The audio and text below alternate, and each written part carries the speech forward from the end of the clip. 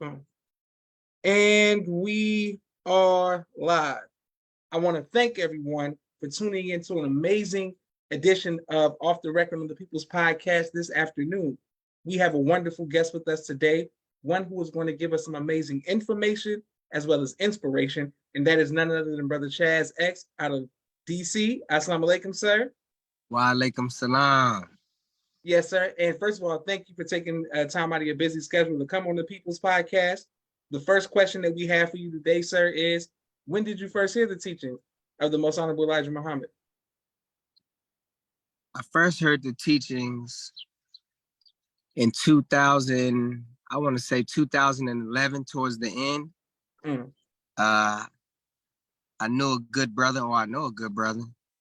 He is from Camden, and I'm from Texas. I'm from Austin, Texas. I grew up with my mother until I was 16 and come to visit my father, who was in the DC area. But anyways, we ended up going to the same high school our senior year in Virginia, Alexandria, Virginia.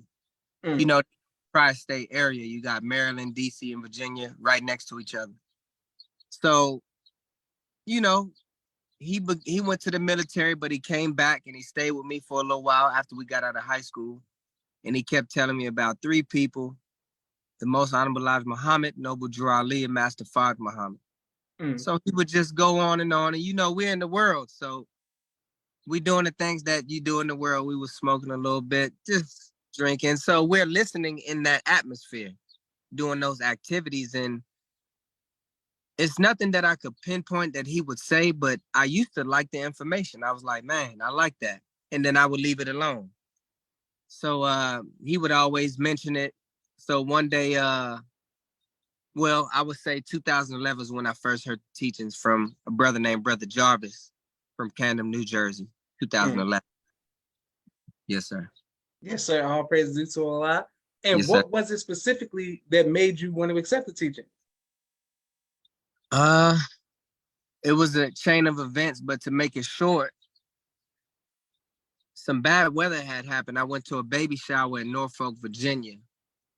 And I just never seen any weather like this. That bridge that connects Norfolk going back towards Virginia, it's a small bridge going over water. Man, that water was jumping up over the bridge and it was storming and I was speeding across the bridge. And I finally got back to Alexandria and I'm about to turn in the rental. And I was just observant of the weather. In my mind, I'm thinking about the three brothers Brother Jarvis had mentioned for some reason. Because he never really explained the position of those three. He never really told me Master Fard Muhammad's position. He never gave me that. But for some reason, I was sitting in the rental and the wind was blowing so hard, brother, that the birds had to land. All the birds that were in the area, they had to land on the ground. But there were three white birds flying in place in front of my window, right next to it. And I was like, wow, man, this is amazing. So he's sitting in the car with me and I looked over to him. I said, man, tell me about those three brothers that you were telling me about. So brother gave me a book called The Supreme Understanding. That's by a brother named Abdul Noor. And I think he may be a Moor. But the book is split into three sections. It's split into the Nation of Islam, Nation, Gods, and Earth, and more science. I liked all the information. It was very powerful, but when I got to the Nation of Islam section, it blew me away. It really did. He began to explain our theology, but he started off with, well, in there he said they believe that Master Fard Muhammad, God in person, came to North America to seek and save that which was lost, the black man and black woman, and reunite them with their original selves. Because, you know, and so forth and so on. I mean, so many words he was saying, they are gods. They just don't know who they are. So God came to them.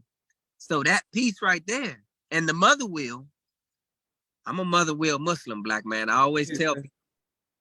But that right there alone, brother, I was like, wow. So God came in person and ain't nobody saying nothing about it. Nobody ever told me this. Does anybody else know about this? So that right there kind of was the launching pad, brother, for me searching more about the Nation of Islam. And me and the brothers began to Google and try to find places where we could meet at. And we ended up finding Muhammad Mosque #4 online. And we went over there, brother, and we packed the car out. Of course, we got high, brother. The black man in his grave existence, he can't do nothing without getting high, soldier. Yes, sir. Interview, deep conversation, music. So anyways, we went over there on a Saturday. You know that sisters class now. I'm the only one that got out the vehicle, and I knocked on the door, and the FOI jumped out on me. They said, "Oh, brother, this sisters class, what's going on?" And I said, "Oh man, I'm trying to join the nation." Man, them brothers went off. Oh, I don't know, but that's how we do, though. And from then, brother, that was December going into 2012. That was 2012 going into 2013, the month of December, because the brother gave me a paper with the white Jesus on the front, and our question in the nation was, who is Jesus or whatnot, because Christmas was about to pop off. So that's how that happened. Yes, sir. Oh, praise due to Allah. Yes, sir. Good, Brother Chaz. And people are All showing right. you love all across the country. Both of my sisters, Miriam and Naima, both say Assalamu alaikum, family. Walaikum salam. Thank you, everyone who's watching. We can't wait to put this on YouTube.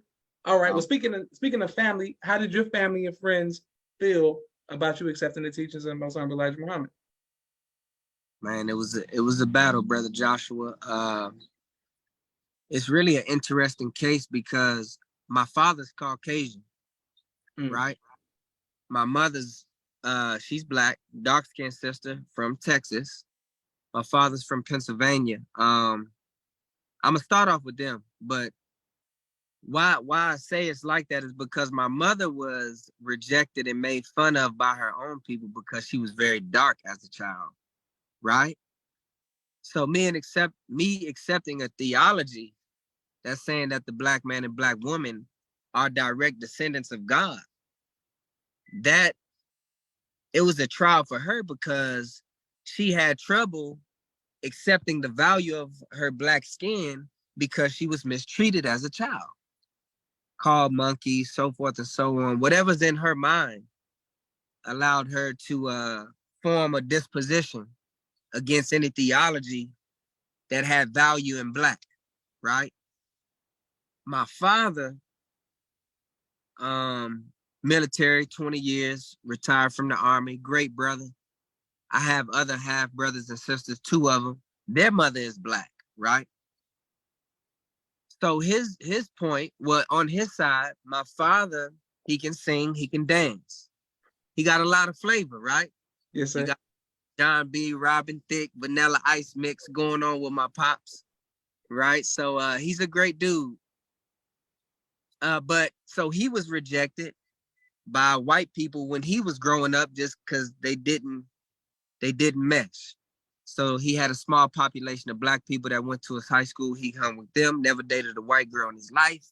So I got these 2 different mindsets. And my father was hard to accept because he was in the military. So you in the military as a soldier, I know now from experience from Soldier in the Final Call, there may be information circulating about us that allow them, or that in their mind, that they're hearing something about the Nation of Islam that we may not know about. So me and my father battle. Of course, we teach the white man is devil, right? It's deeper than that, than just saying it. And the black man is God. So the toughest battle was with my parents, right? Of course, all of my friends, we all going hard, brother Joshua. We fighting in the street. We got guns. We crazy. We claim to be macho. But my friends fell away immediately. Only a few stuck around, and those are still some of the same few that are around, but they just, to see me put a bottle down. I was involved in that activity. That's how I was receiving my income. I don't want to go too far into it, but that's how I was eating. in the world, in the streets. Not legally, I'll say it like that. So when I cut that off, brothers just didn't understand, man, you was making this amount of money, brother, I don't understand. What is this, So people began to stop coming over, phones stopped ringing, because anytime I would get company, I'm talking about the teachings, about the mother wheel, talking about Master Father Muhammad, talking about the time we live in. And I see that when you make people uncomfortable in their comfortable state in this world, they get afraid, because I'm really breaking the glass on everybody's reality. So that right there,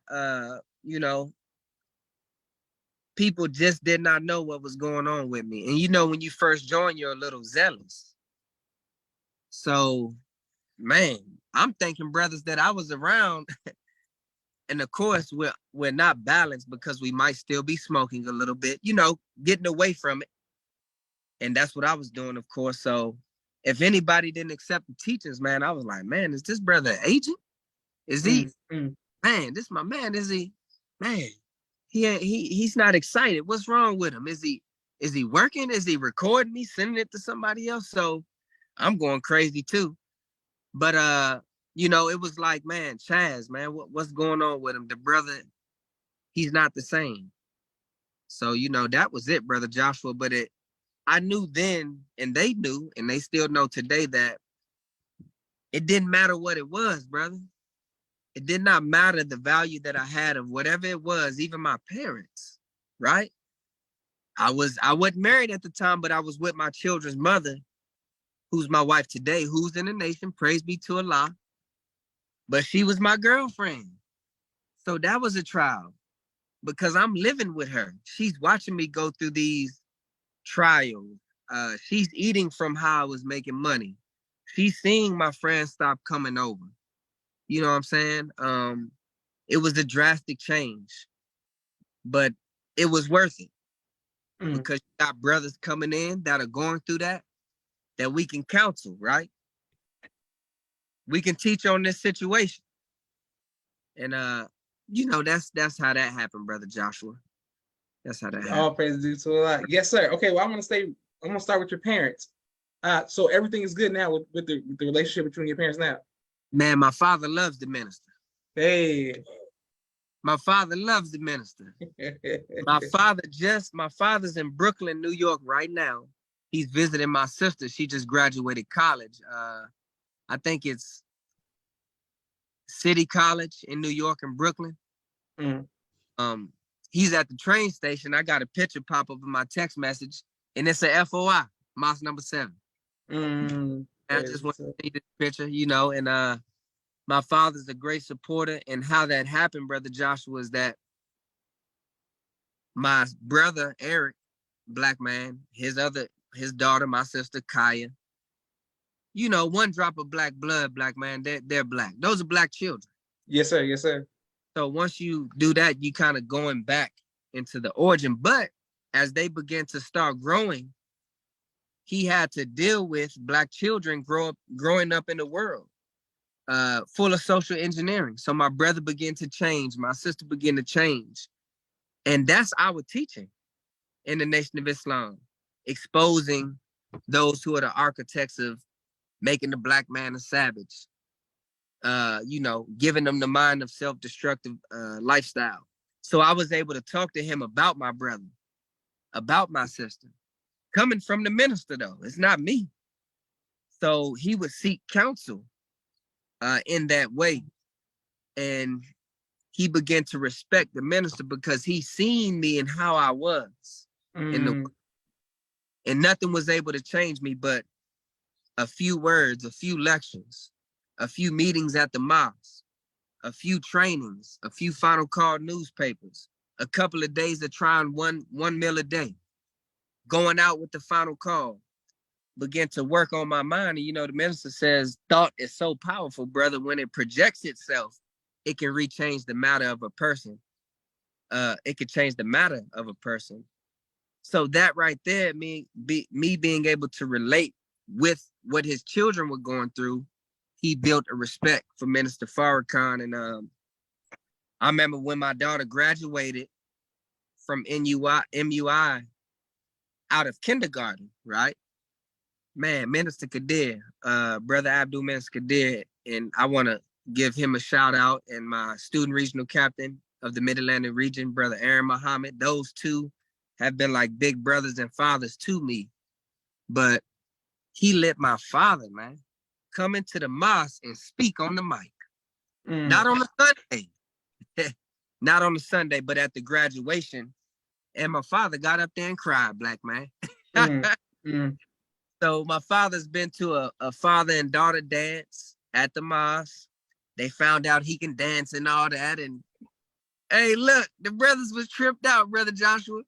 But my father, man, he loves the minister. My mother loves the minister for what he has done with her son, right? Because I don't know the scripture, but I think it says, you know, a child that is a rebel, that is a rebel in that young age is a burden on his mother, right? I forgot the scripture, but it's the heaviness of his mother, something like that. But those years that I grew up with my mother, and she was by herself, and it was just me and her growing up in a neighborhood that I grew up in Austin, and being vulnerable to all of those activities in the community, as far as, you know, crack cocaine, weed, guns, gang banging. It's Texas, you know what I'm saying? So that was heavy on her. You understand? She did not know what to do with me. And I disrespected my mother out of ignorance in that time, right? So to see me go into a teaching where 75% of the work is with the woman, where a sister can't even pull up, where brothers ain't fighting over the door, who gonna open the door for the sister. From my wife covering up, from me saying yes, ma'am, every other sentence, going out into the community. She's really thankful for the Honorable Minister Louis Farrakhan, but my mother, she's my balance, right? I soldier for a living, and I've been doing it for a while. She's still trying to adjust to that, because she worked 20 plus years as a social worker with WIC, dealing with our people, and just that structure of the world, you know, 501k, I think that's what they call it, you know, retiring and different things like that. Not that she's worldly, but she cares for her son, right? So her mind is still adjusting to that. You know, I'm just not a part of this system that is a so-called safety net for our people. Like my mother's generation, all of her brothers and sisters are retired from the city of Austin. All are retired. That's what they do. They work for 20 to 30 years, then they get retired. I broke the whole chain. Me and my cousins, none of us are like that. So it's hard for her to feel comfortable. She got 4 grandchildren, right? So she's like, man, how you gonna do this? How you gonna do that? Well, mom, you know, America's falling, blah, blah, blah. She's like, oh, Chaz, come on now, you got to calm down. But that's fine though, because that's me and her relationship. She know that's how I am. So it's like it's a beautiful relationship because she's being herself. So when we get on the phone, we have a sparring match. Chaz, you need to think about, you know, doing this. Well, mom, you know, I'm out here in the community. Oh, Chaz, go ahead. Now, I like the work, but you gotta. So that's just me and her. But she is really thankful for the Honorable Minister Louis Farrakhan, and she's donated to my uniforms. She's donated to Savior's Day. So, man, she's beautiful. She's flew from Texas to Virginia to watch the children, so me and my wife can travel to Chicago for Savior's Day. So mom, and she's been a great support. My father's a great support. One thing I would like to say about my father, though, he received a lot of, I would say, he was attacked really on social media because he advertises, or he puts out messages from Minister Farrakhan. He talks about the Nation of Islam. He is really heavy on exposing the synagogue of Satan. He does that type of stuff now. So people would call him like a white savior for people, like, you know, you trying to take up for black people, you don't have to do that. And, you know, he's an anti-Semite, my father. But look at this. Some black people calling my father an anti-Semite. So I'm just giving you the background of my father's zeal. But bringing it back to, the minister said the reason why he's so dangerous is that when a common white man and white woman begin to study his message, what they will do with it. And I'm like, man, so my father, he goes hard with it. He goes, but you know, Allahu Akbar. Praise be to Allah. Yes, sir. Beautiful. And people are showing you a love. My sister's name says all praise. Mimi says all praise to Islam. My sister's name says that's beautiful. Can't wait to put this on YouTube. My brother Chaz, speaking of your wife, how important is it to have a strong woman in your life and a loving woman in your life to keep you balanced and keep you motivated? I would say, Brother Joshua, is because there's something inside of the man that he doesn't necessarily have access to until he gets a wife. Because the things that you're put through when you have to maintain a woman, those are the attributes that manifest, because you don't have to go through that when you're single. There's certain things that you're not going to have to do when you're single versus when you're married. You don't have to go into certain areas of your nature when you're a single man. You understand? Because you're just fending for yourself. So there may be some underlying weaknesses that you're not acquainted with because you never had to deal with them because you're single. And there are different weaknesses for all of us. But my wife is like the fire from Allah that lights my backside up, brother, when I'm stagnant, when I procrastinate, when I'm unorganized. She's the voice from Allah in her own way, letting me know, like, look, you got to step it up. Because when the head is off, the body is off. And we get tired as men, you know, especially, I know, you know, growing up in the nation, brothers who soldier for a living, majority of our work is spiritual. So we have to carry a high spirit all the time because we soldier. So when we don't have a high spirit, it affects us economically because you can't go out and soldier just for money because you're not going to last long. You got to carry a deep, intense love for your people and carry that. If you soldiering for 4 to 8 hours, your mind is on how many numbers can I get? How many minds can I affect? What can I share with somebody today to make their life better? You have to be super high in spirit, and that wears on you throughout the 7-day week. So you may fall back a little bit, but my wife is she's that motivation, brother, to let me know, like, you know, it's okay, relax a little bit, but just organize yourself in a way where you don't totally stop everything because you connected to 4 children. You connected to me. When your spirit is off, the whole house is thrown off. So my wife definitely has been the magnifying glass on where I'm weak at. So I get to see a side of myself that I didn't have access to, you know, not being married to her not being in the Nation of Islam. So I really get to become a whole man now. Because the woman is 50% of your religion. You can't be who you're born to be in reference to how Allah wants to use you to your full purpose until the woman brings out of you what you didn't have access. So my wife never lets me fall back and get lax. You know, when I get real stressed, you know, when my mind is off a little bit, you know, we all go through it. She'd be like, look, man, you need to go out and soldier the final call. You got to get up out of here. Because that's my therapy. She knows that's therapeutic for me, soldiering the paper. So she'll even say, man, go talk to the brothers, man. Where's your brothers at? Go hang out with them. Have you talked to Minister Kadir lately? Man, so she knows what she needs to push me into to make me strong for her. So, she's been a great tool, Brother Joshua, and I'm really thankful for my wife. All praises due to Allah. Yes, sir. Brother All Chaz, right. we have a few more questions for you. Thank you, everyone who's watching. We can't wait to put this on YouTube.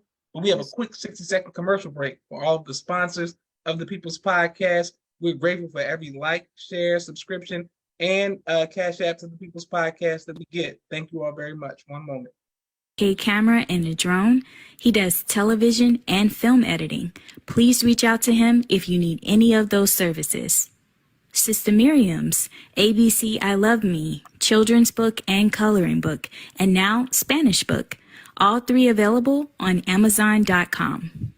Sister Naima's Stay on Point Dance Academy, LLC. She teaches ballet virtually to young girls all across the country, right here in the studios of Atlanta, Georgia. Brother Kenneth's Bow Tie Maker Extraordinaire. He'll ship you bow ties anywhere across the nation. Dr. Henry Carter's King Henry Turkey Legs, right here in Atlanta, Georgia. Brother Rashad Muhammad's COVID-19 Disinfected Cleaning Services, out of Chicago. Student Minister Sharif Muhammad's book, A Soldier in the Movement of Christ, available on adulsharif.com. And lastly, Brother Joshua Muhammad's book, Cleopatra, as well as No Father, No Excuse, both available on Amazon. If you would like to donate or... Perfect. Thank you all very much. And we're right back to our brother Chaz, ex out of Washington, D.C. I was going to ask you, sir, have you ever been faced with fear? And if so, how have you overcome that fear?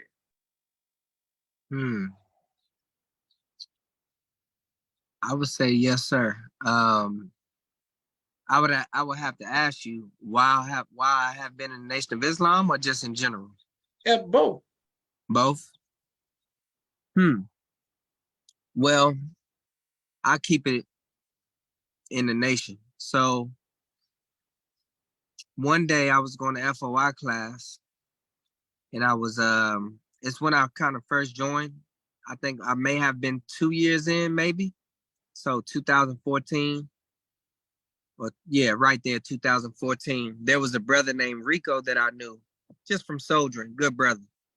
And this is in the Eastover area, where it's Oxon Hill, Maryland, but then again, it's Southeast DC. It's that borderline. So I'm going to class, and I see some cop cars in the middle of the street. And I see a brother struggling on the ground. They kind of roughhousing him. Borderline fighting him, really, but he's in handcuffs. And I seen that it was Rico. Allah must have just took over my body, brother, but I kind of swerved a little bit and slammed on my brakes. You know how in the movies, how the car stops and does like a little tail. It did that, man. And I jumped out the vehicle. And I was telling Rico, and I was saying, Rico, relax. Just, whatever they got to do, I'm here with you. And a white cop came out of his vehicle or maybe off of the sidewalk. And he came to me and he said, you need to move. I said, no, we want to deal with him fairly. I'm going to help him out, but you got to kind of stop how you treat him. Then he said, man, you under arrest. Then he came and grabbed the first wrist to try to put it back. Brother Joshua, boom, right in the chest area. And he kind of went back and he looked at me. And I said, sir, I'm not doing anything wrong. I just want to help him. And it's like he didn't say anything after that. He just left me alone. So I was able to deal with Brother Joshua and allow him to get detained safely. And I moved onto the sidewalk. And next thing you know, man, we got all of our people surrounding us, kind of behind me a little bit on the bus stop. And I said, man, pull y'all phones out, film this. Put it, turn your phones on. And the people, it's like when the FOI is strong, the people are strong, right? So I was standing right there. They began to talk to the police. They weren't bad-mouthing them. They were just like, leave them alone. So, but the fear factor was that I'm about to get into a scuffle with this police in the middle of the street. Not that I'm afraid of him, but I know that I may go to jail. My vehicle's in the middle of the street. We don't have no whole lot of money. You know what I'm saying? My wife is at home with the children. But I challenged it in righteousness, though. Minister Farrakhan's mother used to say, when you're right, you can fight. When you're wrong, you can't be strong. At the end of our meetings, we say, we're never the aggressors in actions or words, but we fight with those who fight with Allah, with us, and Allah will grant us the victory.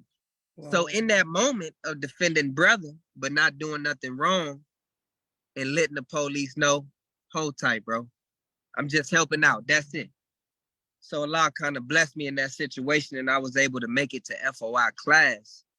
But just in that moment of, you know, dealing with law enforcement, knowing that it can get serious, you know, I seen how Allah will use you and control other people when you're in the right. So, you know, that was a beautiful situation. Yes, Excellent. sir. Yes, sir. And my next question for you, sir, is what advice would you give to future fathers? My advice would be, the minister said children don't necessarily do what they hear, they do what they see, right? Mm-hmm, mm-hmm.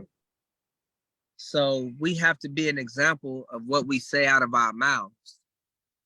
I was in North Carolina on a detail with the minister going down, not Minister Farrakhan, but our Mid-Atlantic region, Abdul Qadir Muhammad. And I was outside with a brother. I can't remember his name, but this is why I'm bringing it up. A father pulled up that he invited to the mosque. He had his sons with him. Said, yeah, man, I want to bring them, you know, drop them off. And the brother was saying, well, you should come too, my brother, you know, you pops, so forth and so on. So he pulled off. And the father had explained to him that he wanted to bring his children into the school or into the mosque. And I don't know, I'll never like to use the minister's name, Minister Farrakhan's name, and quote something that's not actual facts. But what he was saying was that back in the day, we never used to let children be in MUI if their parents were not in the mosque. Because we train the children and we teach them right, then we send them home to their parents who are not processing, and the parents undo everything we have done. So I'm saying that because if we want our children to do something, we have to be an example of what we're asking them to do. Period.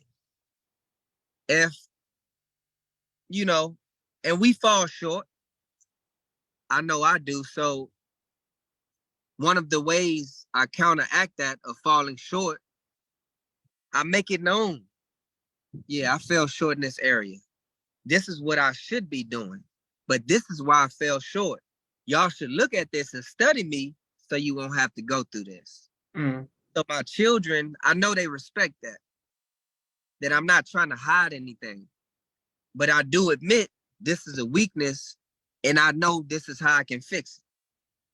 This is the particular portion in the teaching that I should lean on so I can get strong in that area. So they can never say, you know, that their father was hypocritical. No, he's just growing, you know, in a world that is adverse, righteousness. So I would say, man, to all fathers, make sure that we're striving hard to be what we say out of our mouths, and to be truthful and to be humble to our condition.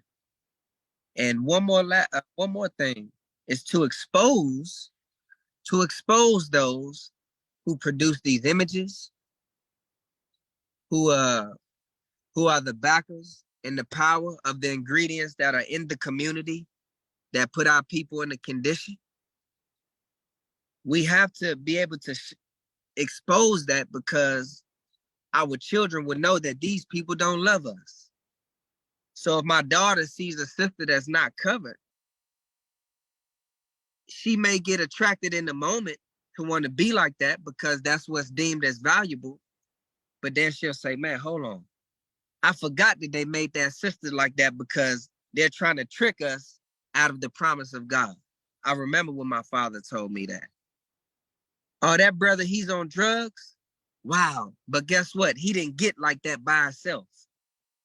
He went through a world that was breaking down the black man, that took away his God and put a substance in front of his face so he can lean on that as God. Oh, yeah, That's I right. remember my father told me about that. That man is a God right there. So when you do that for your children, they begin to naturally grow into the mind of saviors, people who don't judge their people in their current condition. And I think that's a powerful thing. One last thing, Brother First, my first officer in DC, Brother Frank Muhammad, also a great mentor of mine. This is key. He said, Brother Chaz, you got to make sure that you have dinner with your family. You got to make the dinner table the place where you teach your children. Because he was watching a show, I don't know the show, but he said these white folks every day at the same time had dinner at the table, and the father was giving instructions to the children every night. And the mother's position would be like bearing witness. That's right. You know what I'm saying? So we do that at my house. And it's like table talks. And one of the sciences of that is that while the food is being chewed, while they're, digesting the food, at the same time, they're receiving a word that's like food. So the act of chewing and swallowing is going into the ear, but it's being housed in the mind. So when that time comes up, that situation may pull out the subconscious, what my father was teaching me at the dinner table. So that's one thing, be an example, eat dinner with your family, teach at that table, and expose Satan. Very key for a father today. Allahu Akbar. Oh, praise be to Allah. Yes, sir. And Brother Chaz, I've had the honor of, interacting with two of your children virtually as a teacher before, and I could tell that they came from a household where it was nothing but love, positive energy, and the teachers of Most Honorable Elijah Muhammad being taught. So shout out to your children as well. Akbar. Yes, sir. What is your what type of music do you like to listen to, Brother Chaz? I'm gonna go back to when I was little. I listened to really everything but country music. Okay. And I say that because when I grew up, being a mixed child, having a white father, even though, not really being directed into what to listen to. So I know I listened to, I don't know what this would be classified as. You remember Blink 182? Of course. I listened to Blink 182. I was listening to Cypress Hill. Okay. Rock and roll rap. I was listening to DMX. Of course, I'm from Texas, so I was listening to Fat Pat, Zero, Trey, Street Military. Of course, Tupac and Biggie. I like old music, like the Sade, the Whispers. What's the group name with the brother? They say I look like him sometimes. DeBarge, the DeBarge. Okay. Of course, Michael Jackson. Yeah, I listen to a lot of music, brother Joshua. Yes, sir. All Excellent. time. Wonderful. All right, well, Brother Chaz, what would you like your legacy to be, sir? Oh man.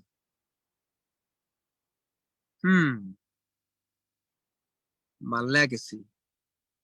I would say just being, a true example, or a great example, a great reflection of the Honorable Minister Louis Farrakhan, and a brother who would give his life to see his people free. A true brother that will put everything that he has on the line in order to see those free.